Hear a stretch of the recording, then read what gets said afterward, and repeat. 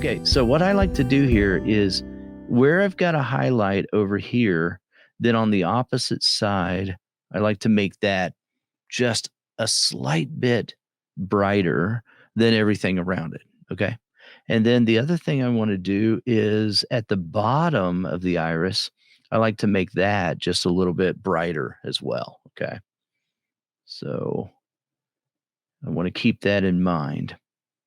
And then where I've got it a little bit of a brighter area right here where I've got that reflection happening on top of the cornea, um, then I want to make it darker just right around that area, slightly darker.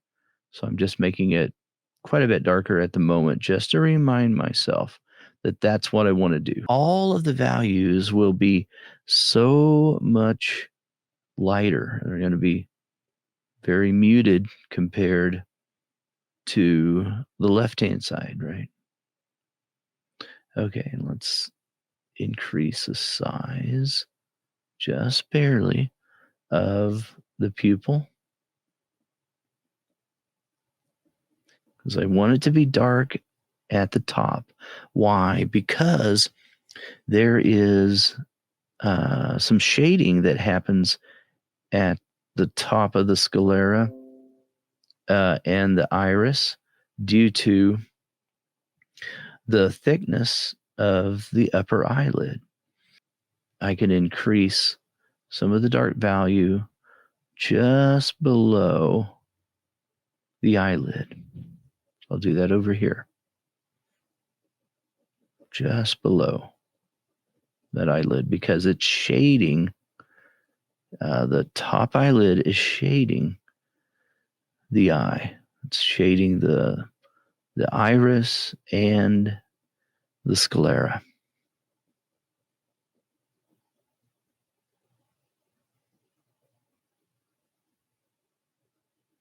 Okay. Now, I've got that highlight over here. So again, just like I said earlier, I want to look at the opposite area over here and make that slightly lighter over there. And then at the very bottom of the eye, I want that to be slightly lighter. So that means that this little spot right in here is going to be slightly darker. Let me see if I can zoom in just a little bit more. That may help. You can see it easier. Okay. And let me increase that ring around the eye, especially on that side. And then over here, increase that value of that ring. I don't see it quite as much over here in the shadow side. Now, while I'm still thinking about value at the moment, I'm going to go ahead and grab a few grays here. So primarily what I'll use is Warm Gray 4 in polychromos, 273. Okay. So I'm going to come in here. Is the sclera, the white of the eye, is not white. It's very rarely ever going to be colored white. Now, over here on this side of this eye, I'm going to barely add any value over there. Just a small amount. I want to increase this roundness over here. I need the bottom eyelid to come up to and meet the iris right there. So if I can look at that and determine that it's not doing that, now's a good time to make that kind of correction right there. Just add a little tiny bit of my flesh tone right there. More or less just to remind myself to do that, okay? That's really all I'm doing there. Okay, so I'm going to come back over here, and I want to increase that dark value. Now, the iris is an area where I want to use just about as many pencil colors as I possibly can. I'm going to put less of my light blue over here, but I want to use blues and yellows and browns and greens in the eyes. Okay, not a lot of those, but a little bit. And it does help to create a more lively and dynamic look to the eyes. Okay, I'm going to use ultramarine in luminance. Ultramarine, which is 140. Such a good color. A little bit goes a long way, though. Whatever I use on the right hand, this eye over here, I'm going to use on the left hand. Oh my goodness, I just marked on my drawing there accidentally. Sometimes that happens. Have you ever done that? Let me know if you have. It's been a while since I've done that, but it does happen. That's when you wish you had just like a delete key.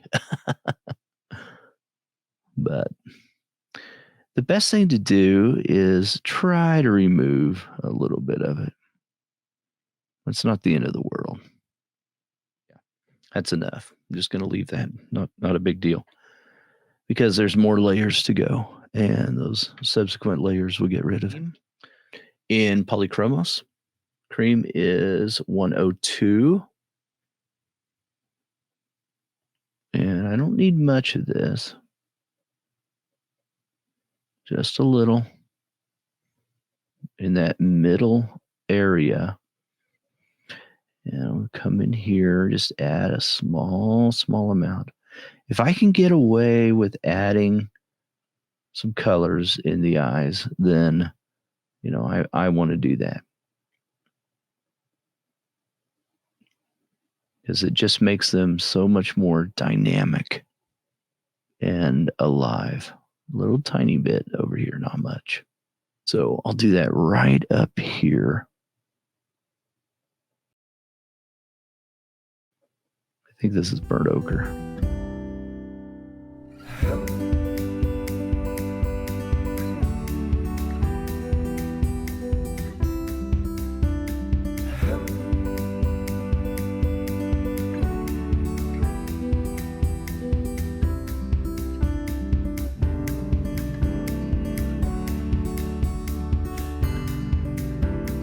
How close are the eyes area to final values? They're probably 80, maybe even 90%. It doesn't take long, Harry, to start increasing your lightest values on top of everything, right? So I'm going to grab my pink white now. Go right over here. Increase that light value now that I've got a lot of these darker values in here. You notice just how bright these become, how much lighter the value becomes as I increase that, the use of a white pencil.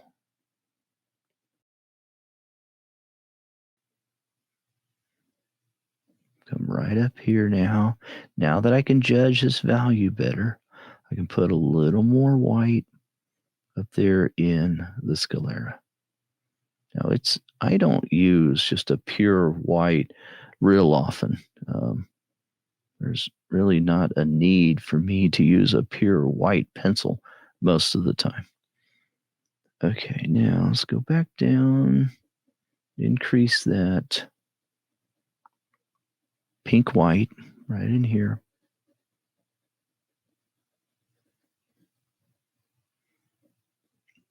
There's a little glint of a brighter spot right there. And we often see that, especially when you've got this light from like a side window or something creeping in there. I don't want to make a bigger deal of that than I should. So I'm going to obscure it just a little bit, just a reminder to myself, a subtle reminder that it's there.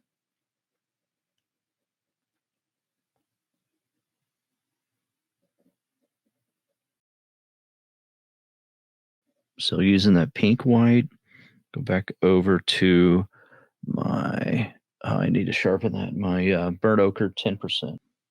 Come back in here and make sure, I want to make sure that that skin tone is looking more believable, like skin tone.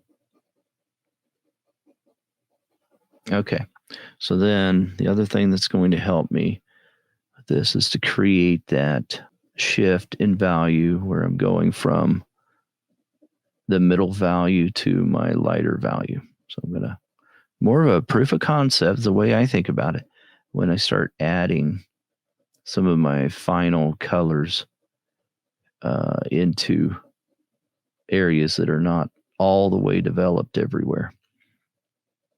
So the eyes, if we're wanting to start creating the exact look and final colors of the eyes, then that's where I'm going to start increasing some of my lighter values and darker values. You have to do that for your middle values. Your middle values have to be there in order to put the lighter and darker on top, right?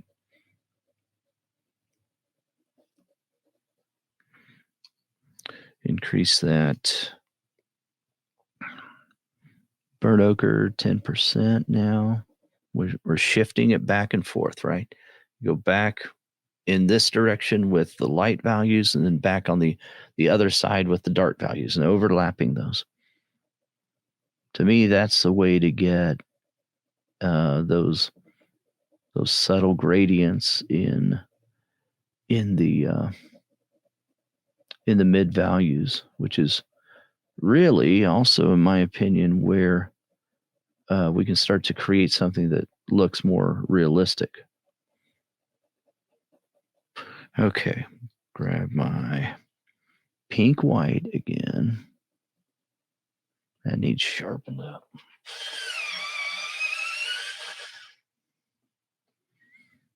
And I'm pressing fairly hard sometimes with this pink white. We've got enough layers up there that we can do that.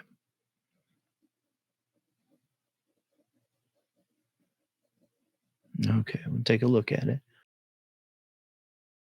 Blow away any excess there. We've got some work to do with that pink white over here inside some of this violet color in that tear pad. So I'm going to go ahead and put that down. And again, there's a shift, there's a change in the texture of the skin here. One thing I like to do is just kind of put some lines right here, like that, and then go in the opposite direction. Sort of use like little hash marks. And if you pull back a little bit, you can start to see that texture represent sort of what we're looking at there in real life. Redraw just a little bit of that there on top. Switch over to my Herculaneum red, anthraquinone carmine,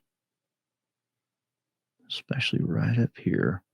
And then we can increase some of the values around them, and they'll look more like what we want it to look in our final touches and the final stages of the drawing. Come back in here. We may want to add a little bit of pink in there, but Right now, I'll just add a little bit more pink white. Increase that light value over here.